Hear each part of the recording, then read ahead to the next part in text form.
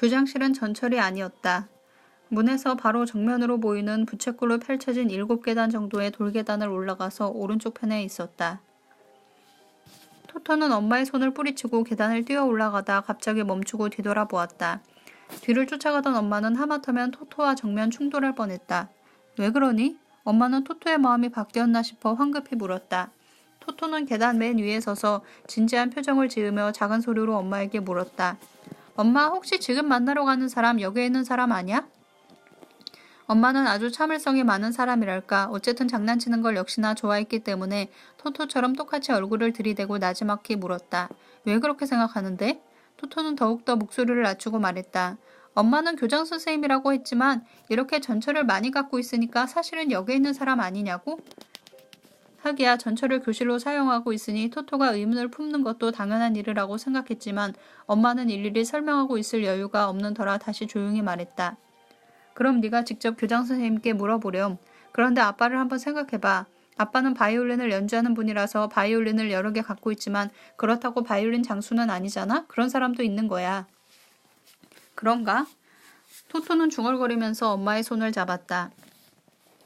오, 교장 선생님.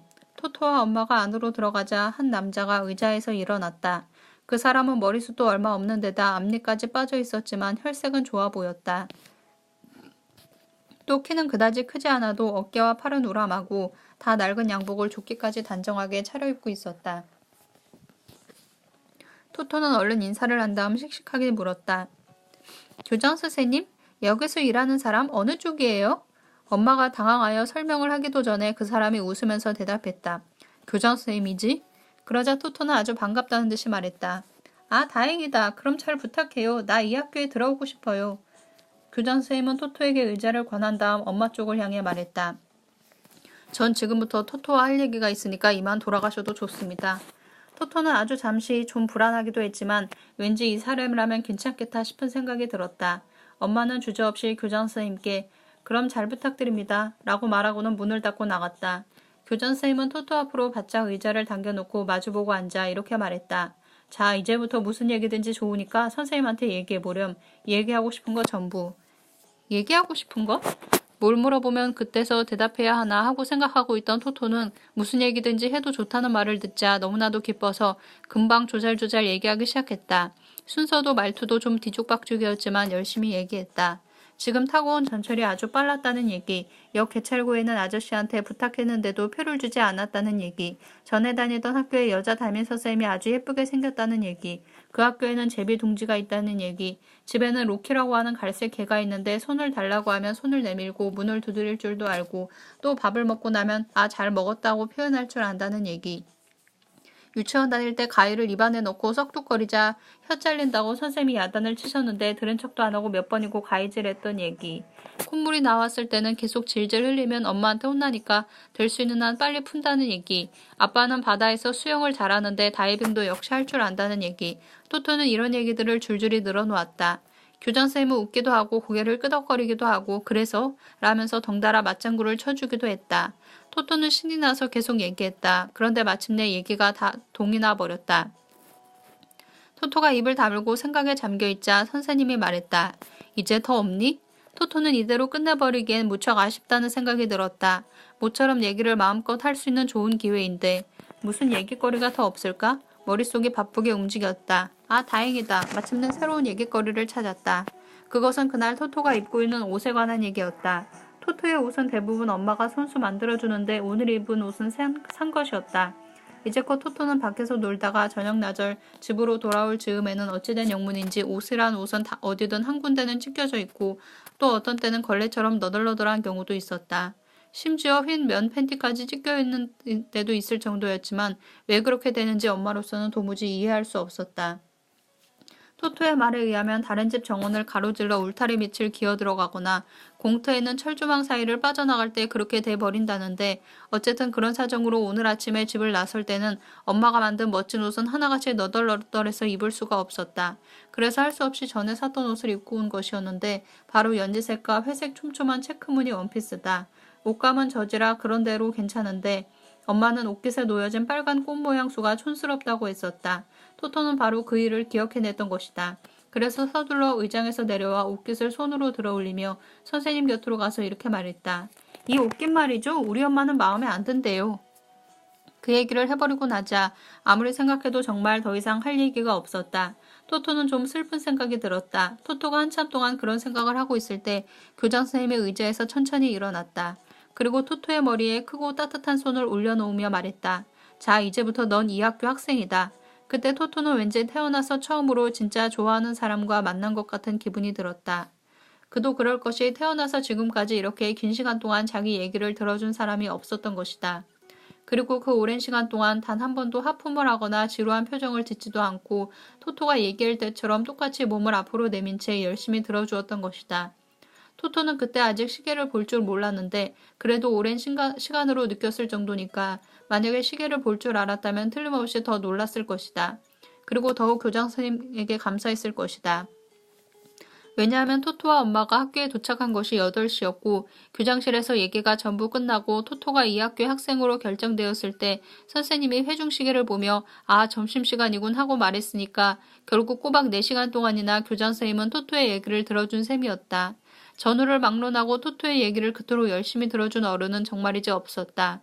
한편 아직 1학년밖에 안 된 토토가 무려 4시간 동안이나 혼자 얘기할 수 있을 정도로 많은 얘기거리를 갖고 있었다는 것을 알면 엄마나 전에 다니던 학교의 선생님이나 분명 놀랬을 것이다.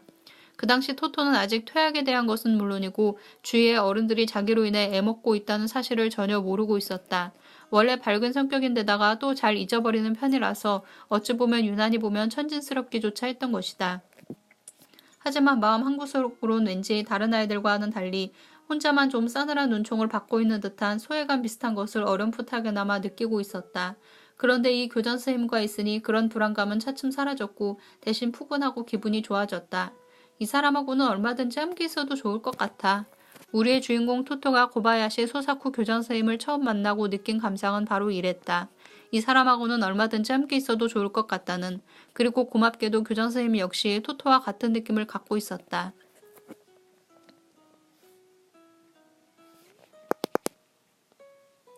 6. 점심시간.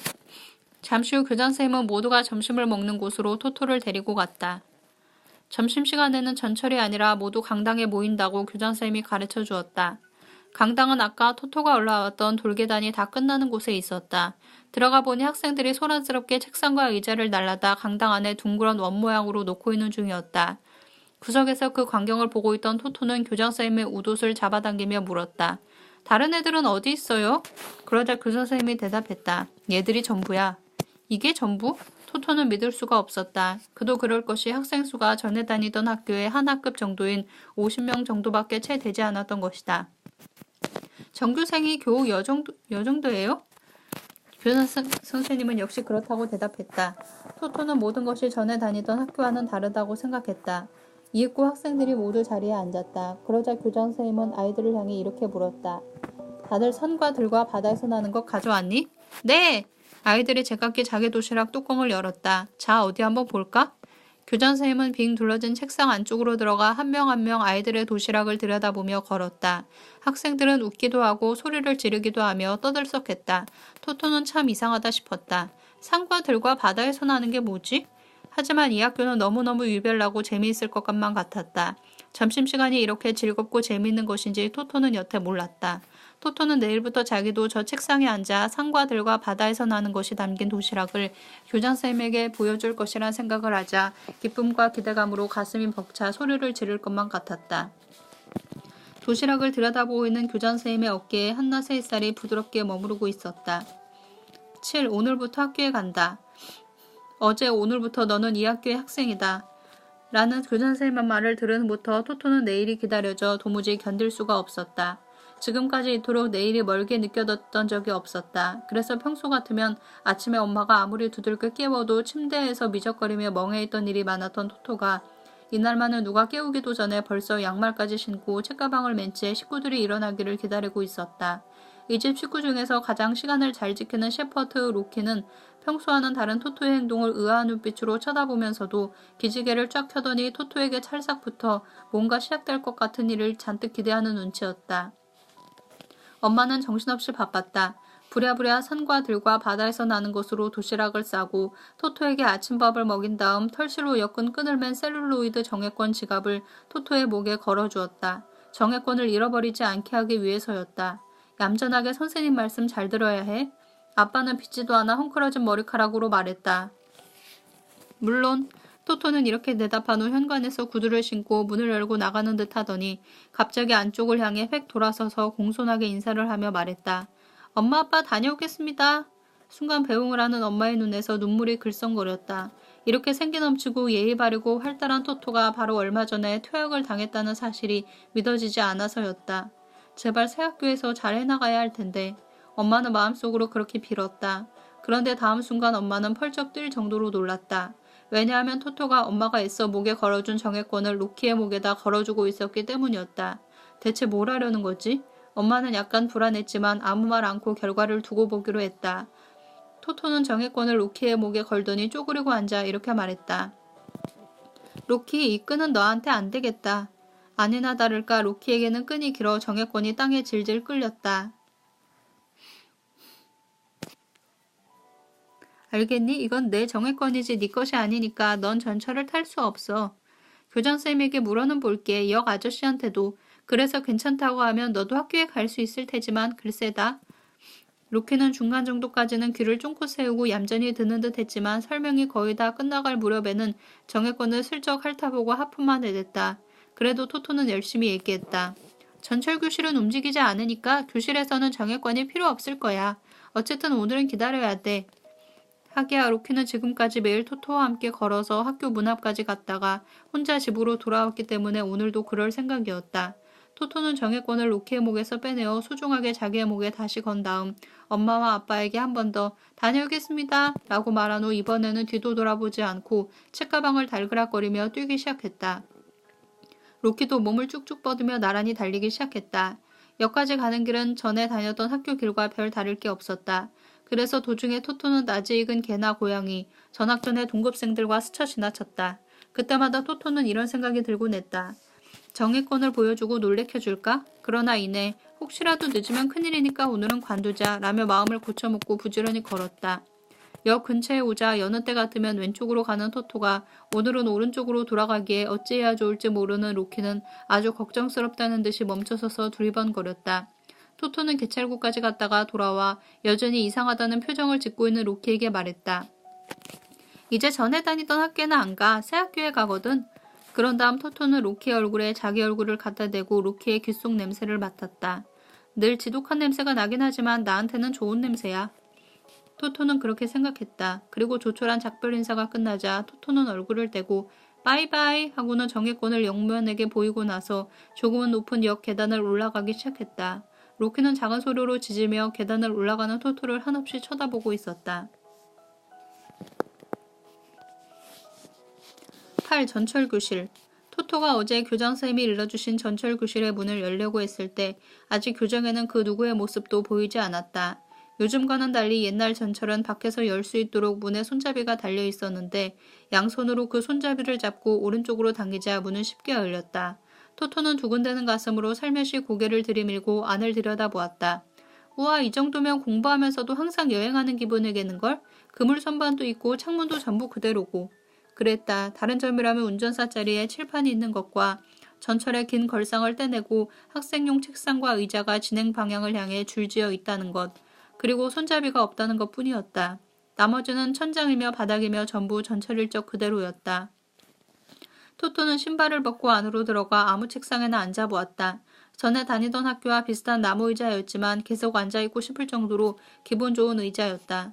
토토는 기뻐서 이렇게 마음에 드는 학교는 절대로 빼먹지 않고 계속 다닐 거야 하고 굳게 마음을 먹었다. 그리고 나서 토토는 창가에 서서 밖을 내다보았다. 그런데 이게 또 웬일인가? 움직이지 않아야 할 전철이 교정에 꼬시며 나무가 조금씩 바람에 흔들리고 있는 탓인지 마치 달리고 있는 듯한 기분이 드는 게 아닌가. 와, 좋다. 토토는 마침내 참지 못하고 소리를 내지르고 말았다. 그리고는 얼굴을 유리창에 갖다 대고 언제나 즐거울 때면 그러듯이 혼자만의 엉터리 노래를 부르기 시작했다. 신난다 신나. 너무너무 신난다. 왜냐하면 거기까지 불렀을 때였다. 누군가가 올라탔다. 여자아이였다.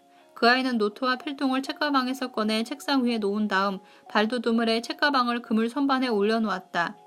토토는 노래를 멈추고 얼른 따라했다. 그 다음에는 남자아이가 올라탔다.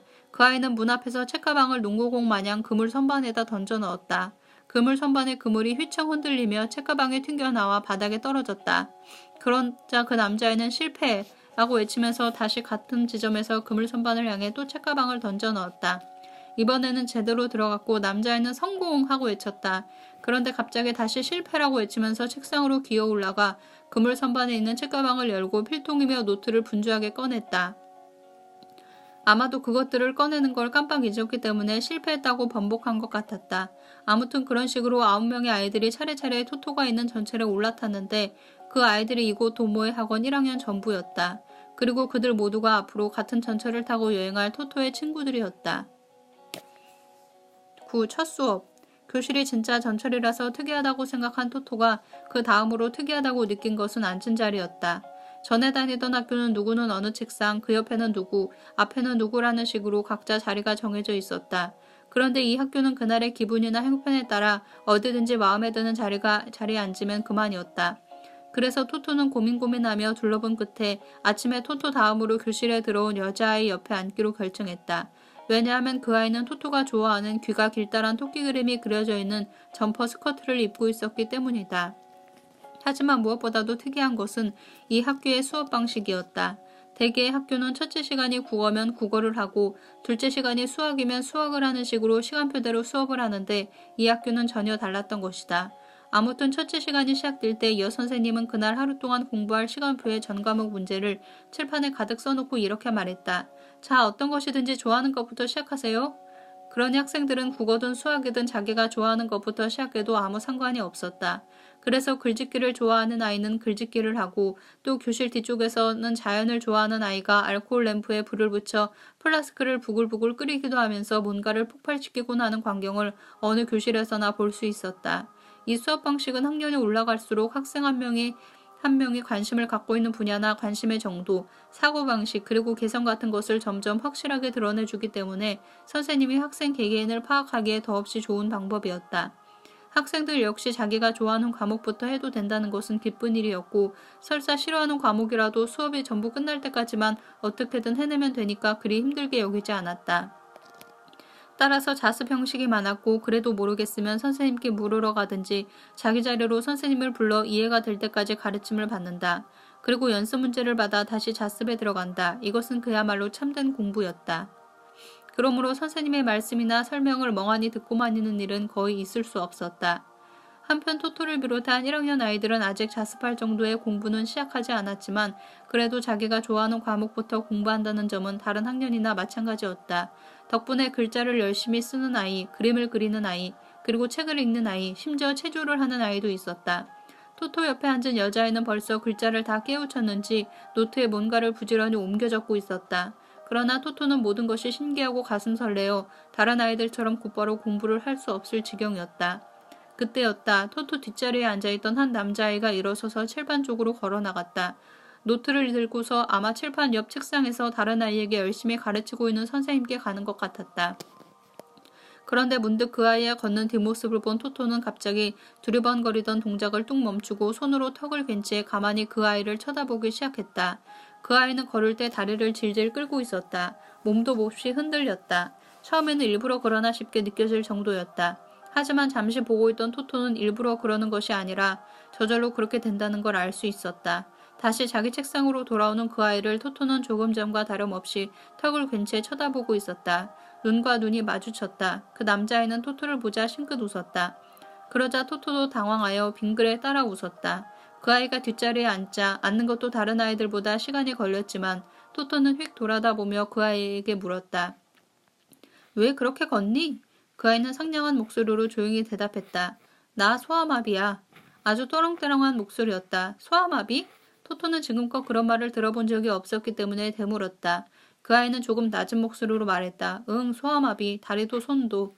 그 아이는 긴 손가락과 손가락이 달라붙어 휘어진 것처럼 생긴 손을 내밀었다. 토토는 그 아이의 왼손을 쳐다보며 걱정스럽게 물었다. 고칠 수는 없는 거니?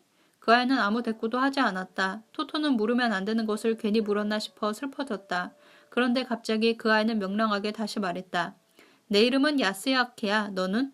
토토는 그 아이가 갑자기 씩씩하게 묻는 바람에 너무 기뻐서 큰 소리로 대답했다. 토토. 이렇게 해서 야스야케와 토토는 친구가 되었다. 전철안은 따뜻한 햇볕 때문에 더울 정도였다.